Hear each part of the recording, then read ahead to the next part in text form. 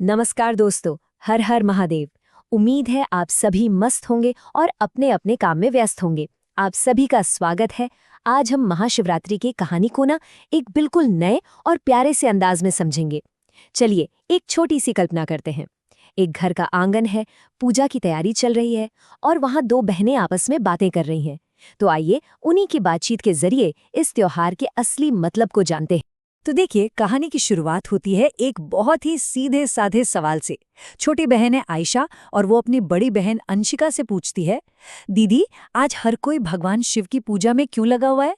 और बस इसी सवाल से हमारी ये पूरी यात्रा शुरू होती है। तो चलिए फिर अंशिका के साथ इस कहानी की दुनिया में चलते हैं और ये जानते हैं कि आखिर ये महाशिवरात्रि है क्या और हम इसे क्यों मनाते हैं। सबसे पहले नाम को ही पकड़ते हैं, शिव। इस शब्द का मतलब ही है कल्याण करने वाला। तो महाशिवरात्रि असल में उसी परम कल्याणकारी शक्ति को याद करने का, उनका धन्यवाद करने का दिन है। ये त्योहार हमें शांति, सच्चाई और भक्ति का पाठ पढ़ाता है। अच्छा, इस दिन से जुड़ी जो सबसे प्रसिद्ध कहानी है वो है समुद्र मंथन की अमर गाथा। और पता है, इसी कहानी में ये राज छिपा है कि भगवान शिव नीलकंठ कैसे बने।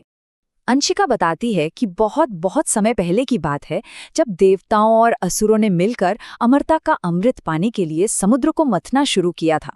सब कुछ ठीक ठाक चल रहा था, लेकिन तभी कुछ ऐसा बाहर आया जिसकी किसी ने कल्पना भी नहीं की थी। समुद्र से अमृत तो नहीं, बल्कि हलाहल नाम का एक बहुत ही भयानक विष निकला।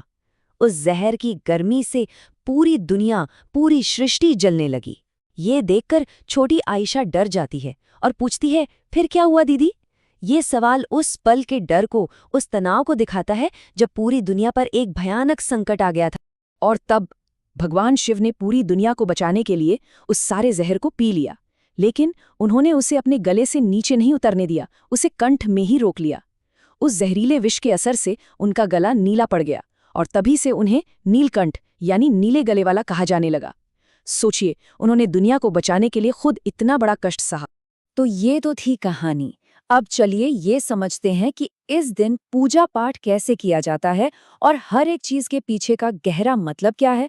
क्योंकि ये सिर्फ एक रीति रिवाज नहीं है, ये तो भक्ति और समर्पण की पूरी एक रात है। एक सवाल जो अक्सर हमारे मन में आता है वो ये है कि महाशिवरात्रि की पूजा रात में ही क्यों होती है।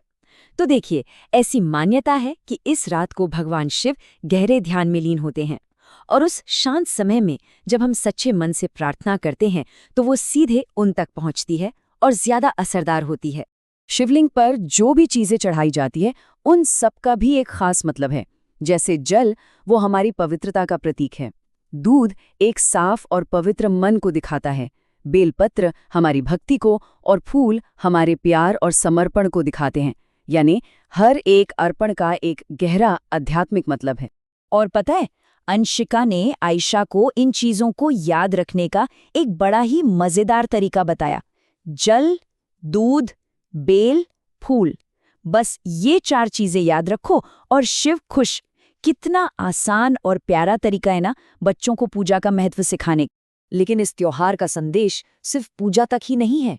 भगवान शिव के नाम में ही SHIVA, इसमें ही जिंदगी जीने का एक पूरा गाइड छिपा हुआ है। चलिए इस नाम के हर अक्षर का मतलब समझते हैं। तो S का मतलब है सिंपल, यानी एक सादा जीवन जियो।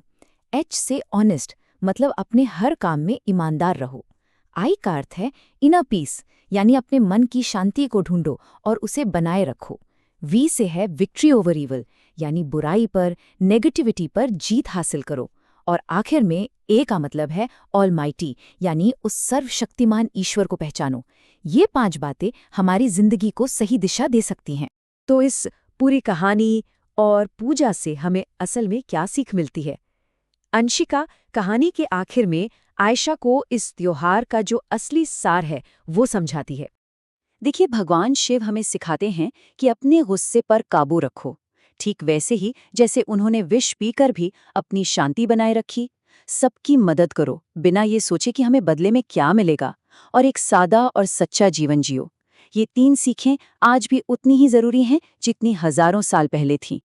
और जब कहानी और उसका मतलब सब कुछ छोटी आयशा को समझ आ जाता है, तो वो बड़ी खुशी से कहती है, अब मैं कभी महाशिवरात्रि नहीं भूलूंगी। इस एक लाइन में ही इस पूरी बातचीत की सफलता छिपी है ना?